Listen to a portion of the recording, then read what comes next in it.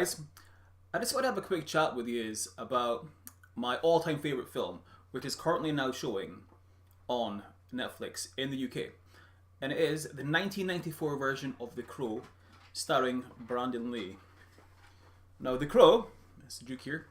The Crow first appeared in 1989. So basically, the whole backstory behind The Crow is like such a tragic story as well. It's crazy. So yeah, The Crow is a supernatural superhero comic book series created by James O'Barr, revolving around the character of the same name. The series, which was originally created by O'Barr as a means of dealing with the death of his fiancée at the hands of a drunk driver. So he lost his fiancée, the same as Eric Draven lost his fiancée in the story, and he dealt with it by creating this fictional character that goes on a killing spree looking for revenge. That is so dark. It's insane. Absolutely insane. Now, the movie itself, obviously based on the comic, it's incredible. And as you're probably aware, Brandon Lee died whilst making this movie. And the thing that I always thought was really interesting about this was just before this movie was released, there was another film released called Dragon, the Bruce Lee story, in which they spoke about a curse that was within Bruce Lee's family. And this was before Brandon's death, which was really interesting. So Bruce Lee, as we know, died in 1973. He collapsed whilst filming, was taken to a doctor, and went to his friend's house later, was given some medication from his friend as he had a headache, and then died. Now what's interesting is, when The Crow movie was first released in 1994, we didn't have the internet. So I had to rely on kind of rumors and stuff, as we just didn't really have such access to information. Back then, we were looking at magazines, like looking for like pop culture like information and stuff, which was handy back in the day, but obviously these days we've got so much more access to information. So I thought I would take a proper good look at it and see if I can find out what was really happening. So yeah, so Bruce Lee died, we know that, and then basically we heard previously from Dragon the Bruce Lee story of the curse, right? And yeah, so apparently, let's see, where are we at? So here's Bruce and his son Brandon, who died at 28 years old, which is like super young.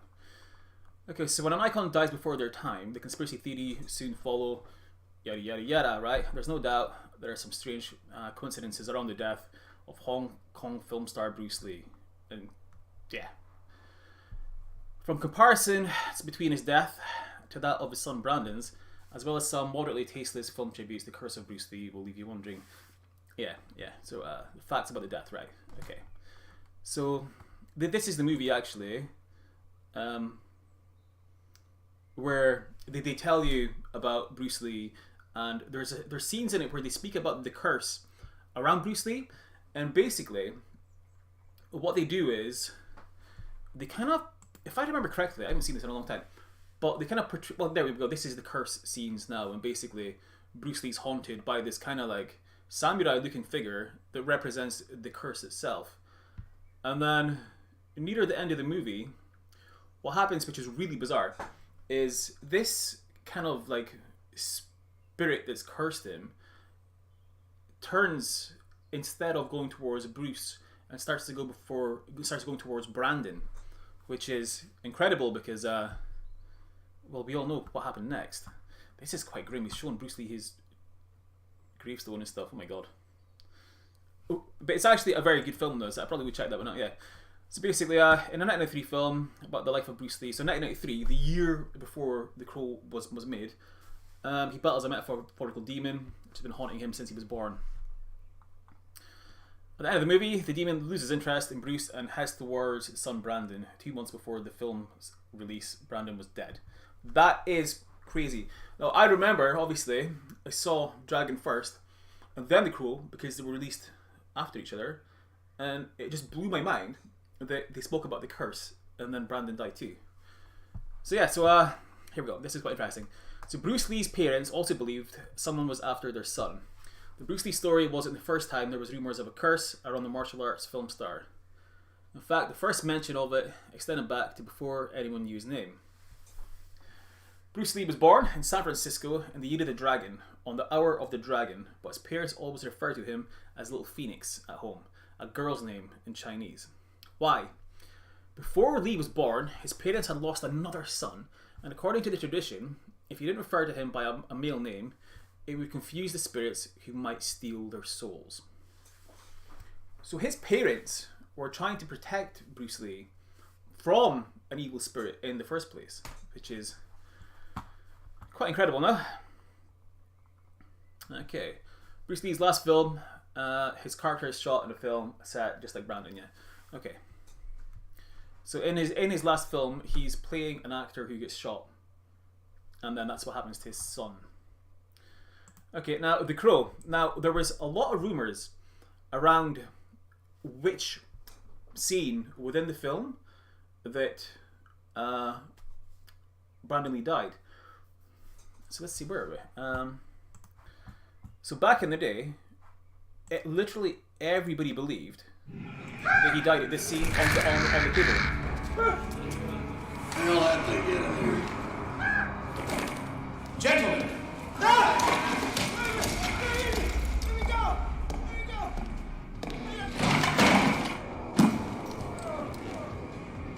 I suppose you're wondering why I called you all here today.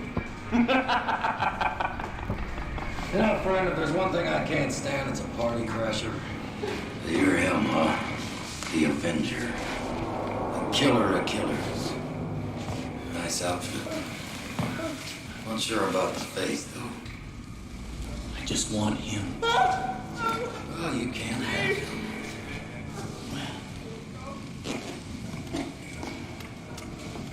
I see you have made your decision. Now let's see you enforce it. Oh, this is already boring the shit out of me. Kill him!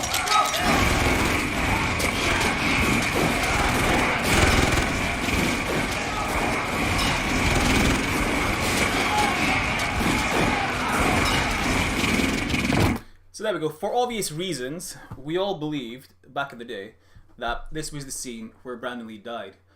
And turns out that's not actually entirely correct. So if we have a look at the Crow trailer, hopefully we'll find it. There's a People scene. once believed that when someone dies, a crow carries their soul to the land of the dead. This scene. But sometimes, just sometimes, So that scene where he enters his house and his fiancée is being attacked is actually the scene where he died. He was actually shot at a very close range by the character Funboy, and that's where he actually died, in that scene there. the crow can bring that soul back to put the wrong things right.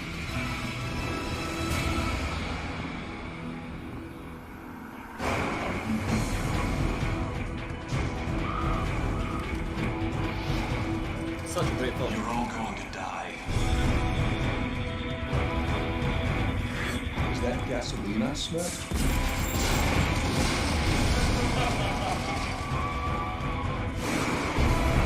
Victims, aren't we all?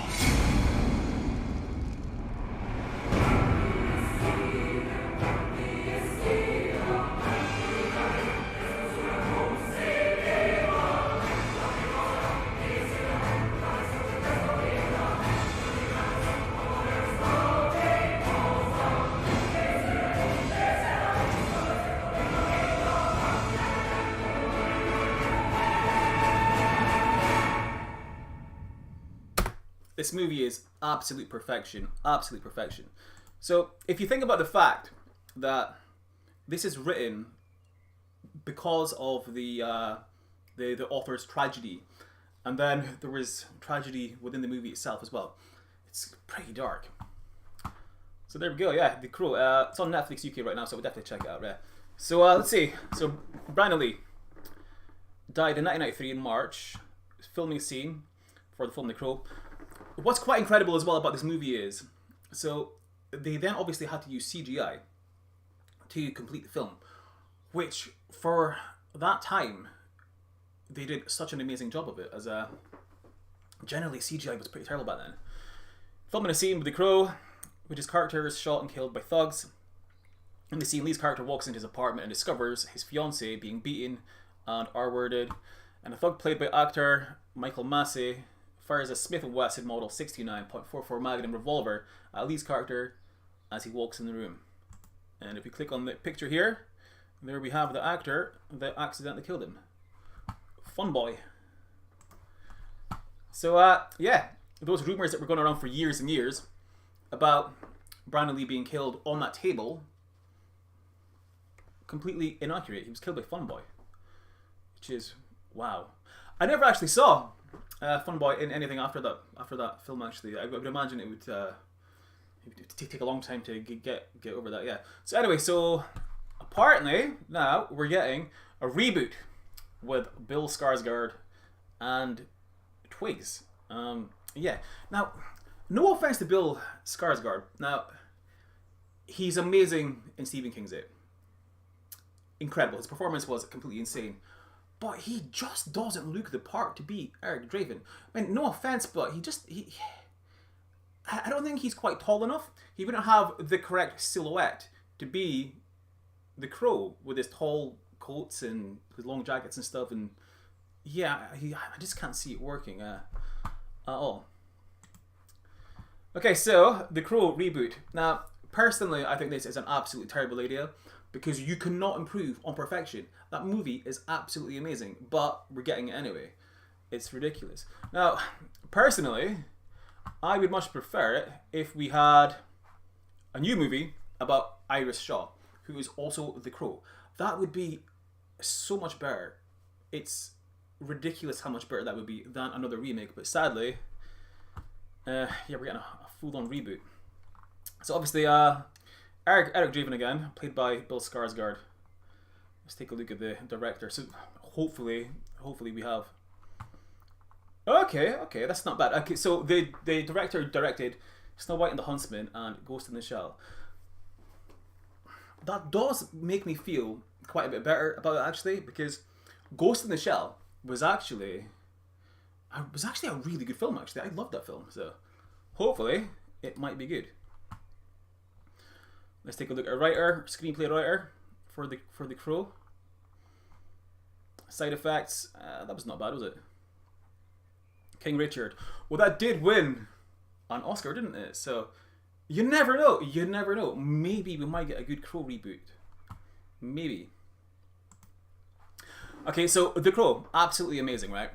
But nobody's ever been able to do anything good with it ever since. I mean, we had The Crow Salvation back in the year 2000, which was definitely one of the worst Crow movies made, actually, definitely. So our main character, Eric here, he was the main guy in that TV show Ugly Betty. Like he has a very preppy look, as you would imagine. He just does not fit the role of the Crow whatsoever. The Crow City of Angels, actually, that was probably the best of the sequels, probably because Iggy Pop was in it, who's quite cool, kind of suits that, obviously, kind of like goth, rock and roll kind of vibe and stuff. And of course, we had another sequel, Wicked Prayer, which was, oh god, it was absolutely awful. Again, you have Edward Furlong, the kid from Terminator. He just doesn't make a good Crow. He doesn't look scary enough. Again, he's not really big enough to have like a kind of a intimidating presence, which didn't really work for the role at all. And yeah, which is why I'm a little worried about Eric Skarsgård. But yeah, there we go. That is The Crow. A bit of the history behind it and stuff, and which is like super interesting. And it's on Netflix UK right now, so I would definitely check it out. It's so good. Anyway, I'm gonna have to run, but I'll be back on soon.